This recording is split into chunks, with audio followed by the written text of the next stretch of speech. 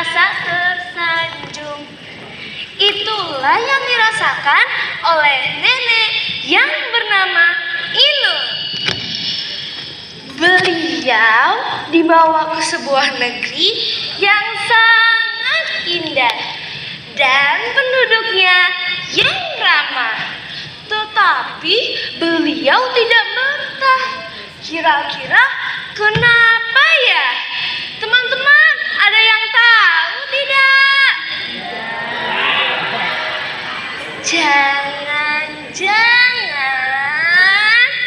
wah, sudah tidak sabar ya untuk mendengarkan kelanjutannya. Yuk simak cerita dari Kalimantan yang berjudul Negeri Orang Gaib, yang ditulis oleh Bapak Nur Hikmah. Kini baca dari buku kumpulan cerita rakyat. Halo teman-teman semua, apa kabar? Syukurlah, semoga sehat semua. Perkenalkan, nama saya Claire Kimberly, biasa dipanggil Kimi. Kimi perwakilan dari Kalimantan Timur. Teman-teman, biar makin semangat untuk mendengarkan cerita Kimi, mana tepuk tangannya? Terima kasih. Alkisah di sebuah desa yang tak jauh dari Sungai Mahakam, hiduplah sepasang kakek dan nenek yang mempunyai 3 orang anak. Sang nenek bernama Nenek Inul yang bekerja sebagai bidan, dan sang kakek bernama Kakek Nanang. 2 anak mereka sudah merantau dan berkeluarga, tinggalan seorang saja yang bernama Udin. Teman-teman, sudah menjadi kebiasaan warga di desa, setiap hari di pinggir sungai mereka bercengkrama dengan segala aktivitasnya. Ada yang mandi, mencuci, memancing. Kalau ini apa teman-teman? Betul, dan bersenda gurau. Tempat tersebut mereka sebut dengan batang. Nenek Inul pun juga asik mencuci baju di batang dan sesekali bercengkrama dengan yang lain.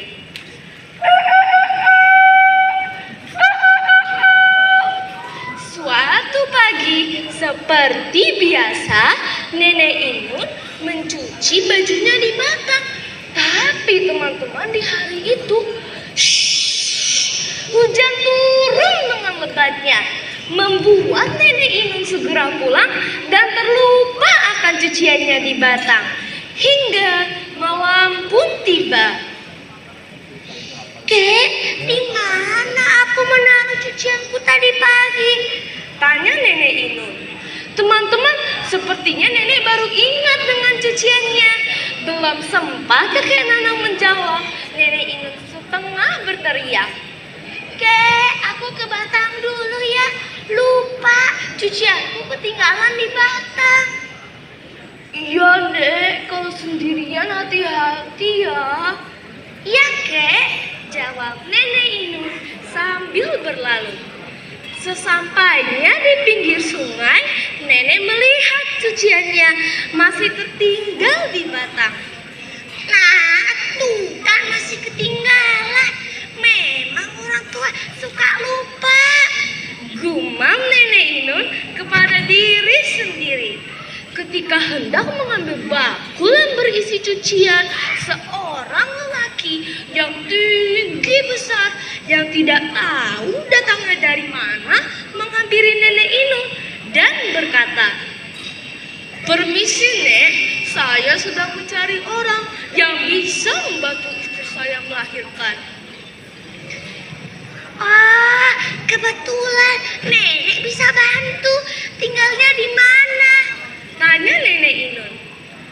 "Di sana, Nek," tunjuk laki-laki itu ke arah seberang sungai. juga ya. Kalau begitu, nenek izin sama kakek dulu ya. Wah, sepertinya sudah tidak sempat, Dek. Istri saya sudah menunggu. Oh, begitu ya. Baiklah, ayo kita pergi. Ayo, Nek, naik ke perahu saya yang di sana. Tunjuk laki-laki itu ke perahu yang sangat bagus. Wah, bagus sekali perahunya. Nenek pun menaiki perahu tersebut. Ui, terangnya kampung orang. Ui, nyamannya aku seorang. Naik perahu bagus benar.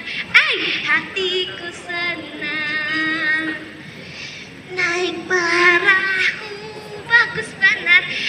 Hatiku senang. Wah, indah dan terang benderang sekali desanya. Belum pernah nenek lihat desa seperti ini sebelumnya.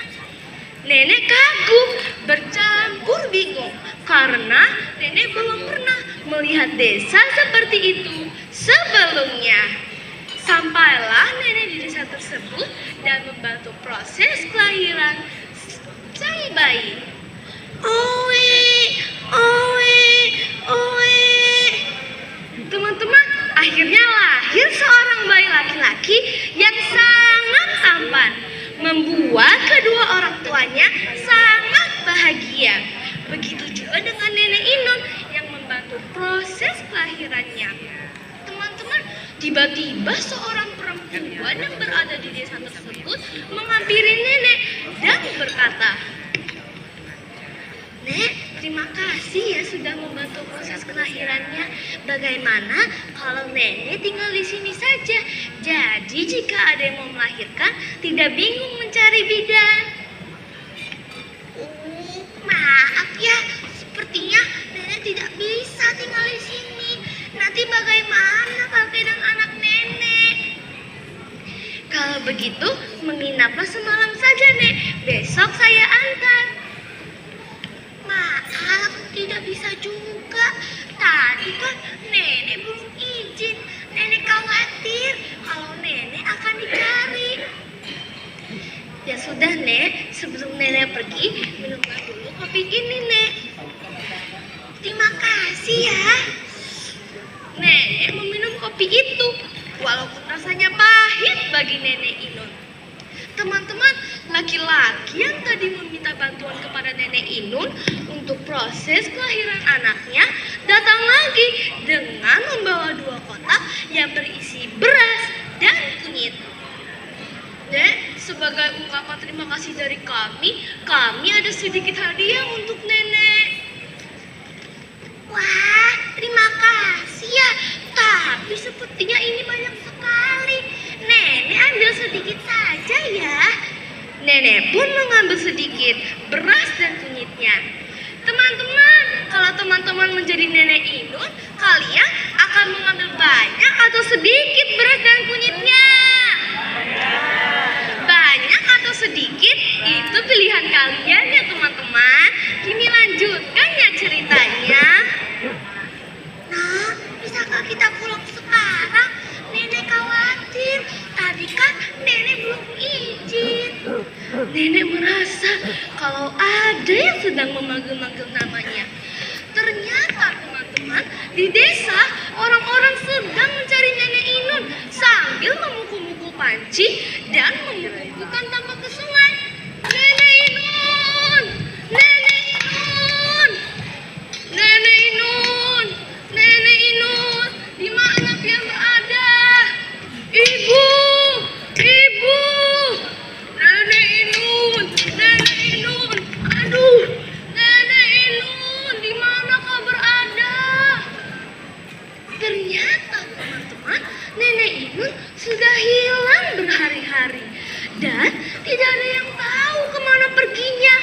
Katanya nenek diambil ke negeri orang gaib sehingga mereka melakukan berbagai cara. Dan salah satu caranya dengan memukul-mukul panci dan memukul-mukulkan tampak ke sungai. Konon katanya bisa mengembalikan nenek ini jika memang nenek diambil ke negeri orang gaib. Ih, serem juga ya teman-teman. Benar saja, tidak lama kemudian nenek sudah berada di Batang. Entah dari mana datangnya. Woi, ada apa ini ramai-ramai di Batang? Semuanya menyambut nenek dengan gembira. Udin yang melihat ibunya langsung menghampiri nenek Inul. Ibu, kemana saja ibu selama ini? Ibu hanya pergi sebentar saja kok, membantu orang di seberang melahirkan. Kakek yang mendengar penjelasan nenek Inul segera mengajak nenek untuk pulang. Sesampainya di rumah, Udin menjelaskan kepada nenek Inul kalau nenek sudah hilang berhari-hari. Ibu kemana saja selama ini? Kata bapak, semenjak ibu pergi ke Batang, semenjak itu ibu hilang. Iya nek, kemana saja kau selama ini? Iyakah? Rasanya nenek hanya pergi sebentar saja kok, membantu orang di seberang melahirkan, tidak sampai berhari-hari. Oh ya, tadi nenek diberi hadiah loh. Nenek mengambil hadiah yang diberikan oleh laki-laki tersebut. Ternyata teman-teman, setelah dibuka isinya bukan lagi beras dan kunyit. Teman-teman bisa tebak tidak berubah menjadi apa? Nenek membuka hadiah tersebut dan nenek Inul kaget. Wah, berasnya berubah menjadi berlian dan kunyitnya berubah menjadi emas. Tadi itu nenek ambilnya banyak saja beras dan kunyitnya. Agar kita kaya raya. Ibu tidak boleh begitu, Bu. Bersyukurlah ibu bisa kembali dengan selamat. Iya nek, betul itu kata Udin. Mungkin karena nenek berperilaku baik, mereka dengan senang hati mengembalikan nenek. Iya juga ya Kek. Tidak terpikir oleh nenek Inul kalau nenek dibawa ke negeri orang gaib. Nah teman-teman, pesan moral yang kita dapatkan dari cerita ini adalah jika ingin berpergian, kita harus izin kepada orang yang berada di rumah agar mereka tidak bingung mencari kita. Dan kita harus saling menolong satu sama lain tanpa mengharapkan imbalan. Berlakulah sopan di mana saja dan janganlah serakah, karena keserakahan akan membawa akibat yang buruk. Selalulah bersyukur dengan apa yang kita miliki, karena orang yang bersyukur adalah orang yang paling bahagia di dunia. Setuju teman-teman? Setuju. Apakah hari ini kalian sudah bersyukur? Wah, kalau begitu kita adalah orang yang paling bahagia di dunia. Kimi tutup ceritanya dengan lagu ya.